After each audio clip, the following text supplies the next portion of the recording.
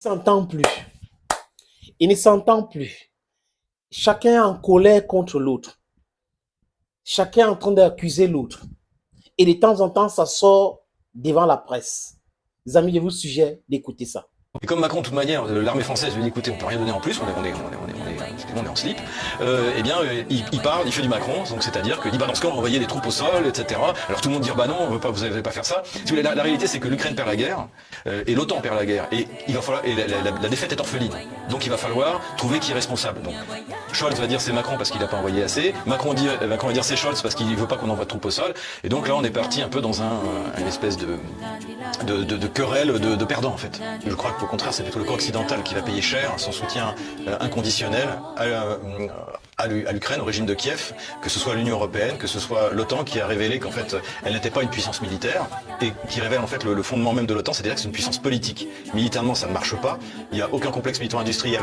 C'est pas moi qui le dis, c'était dans le New York Times qui disait qu'en fait la Russie produisait à elle toute seule plus de matériel et de munitions que tout l'OTAN réuni. Donc c'est ça, c'est la réalité. La réalité c'est qu'au contraire, l'OTAN a montré sa profonde faiblesse militaire. Xavier Moreau a résumé la situation, les amis.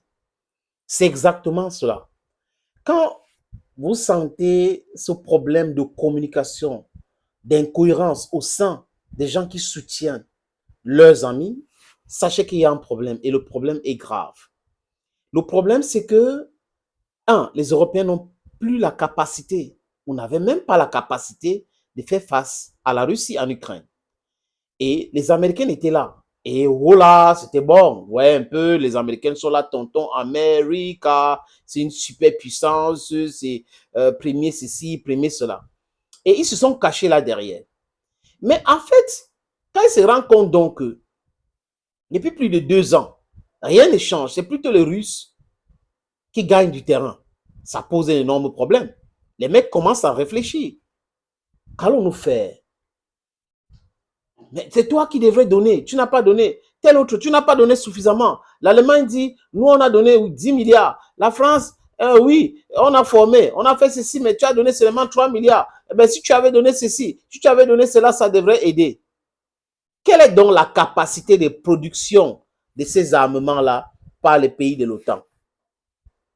Xavier Moreau a présenté la situation. L'OTAN, ce n'est plus une machine à guerre. Ce n'est pas une puissance militaire, l'OTAN. C'est une organisation politique. Et qui a dévoilé cela aux yeux du monde entier aujourd'hui? C'est Vladimir Poutine. S'il n'y avait pas la guerre en Ukraine, on ne saura jamais. On sera là en train de dire l'OTAN est fort, l'OTAN est ceci, l'OTAN est brutal. Si l'OTAN est brutal, si l'OTAN a montré sa force aux petits pays, si l'OTAN a éliminé Gaddafi, parce qu'elle a pensé qu'elle était forte, si l'OTAN a déstabilisé l'Irak, tué plus de 1 million de personnes, si l'OTAN de façon illégale a attaqué l'Afghanistan sur la base de rien, les amis, et a fui, si l'OTAN a essayé ça en Syrie, n'eût été l'intervention de la Russie, de Vladimir Poutine, la Syrie sera vraiment dans un état compliqué aujourd'hui. Vous voyez? Parce que l'idée américaine, c'était toujours de faire pousser l'armée israélienne pour récupérer la Syrie, déstabiliser ces pays pour installer quelqu'un d'autre, un vassal au pouvoir. Pour les histoires de gaz, de pipelines et tout cela. Voilà comment ces gars-là fonctionnent. Mais seulement la Russie les a stoppés en Syrie. Et ça a rendu l'équation très, très difficile. Et l'OTAN qui est en train de perdre. Et comme l'OTAN perd, comme c'est une organisation, selon la présentation de Xavier Moreau, politique, ceux qui travaillent à l'OTAN veulent l'argent. Donc, du coup, ne peut qu'encourager l'attitude de l'OTAN, des pays de l'OTAN. Et les pays membres de l'OTAN, comme je l'ai dit tout à l'heure, avec l'enquête de CNN, on voit aujourd'hui que ces gars sont des chiens qui aboient pour rien. Donc, ce genre de chiens qui aboient, mais la caravane passe toujours. Toutes les bulldogs. Ils peuvent aboyer pour faire peur aux enfants, mais quand c'est un adulte, l'adulte le menace et la situation change. Le Macron là, qui dit qu'il faut envoyer les troupes, c'est au fond de lui que c'était juste une communication. C'est au fond de lui que personne ne va accepter. C'est au fond de lui qu'il était en train de les obliger à accepter leur échec. Et aujourd'hui, c'est l'échec qui est au félin. C'est un échec où personne ne veut prendre. Chacun hausse le ton, chacun dit ce qu'il veut.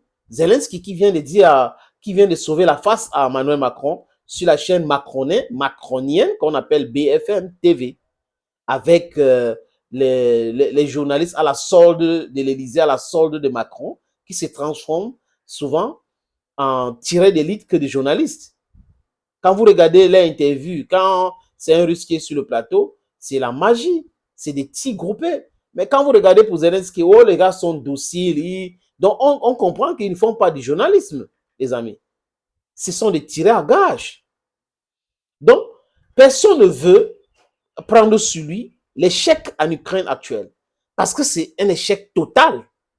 Total. Comment comprendre que plus de 27 pays peuvent mettre la main dans la pâte? La Corée du Sud a contribué. Vous avez le Japon qui a contribué. Vous avez l'Australie qui a contribué. Mais rien ne se fait, rien ne se passe. Les Russes sont toujours tenaces. Les Russes les battent.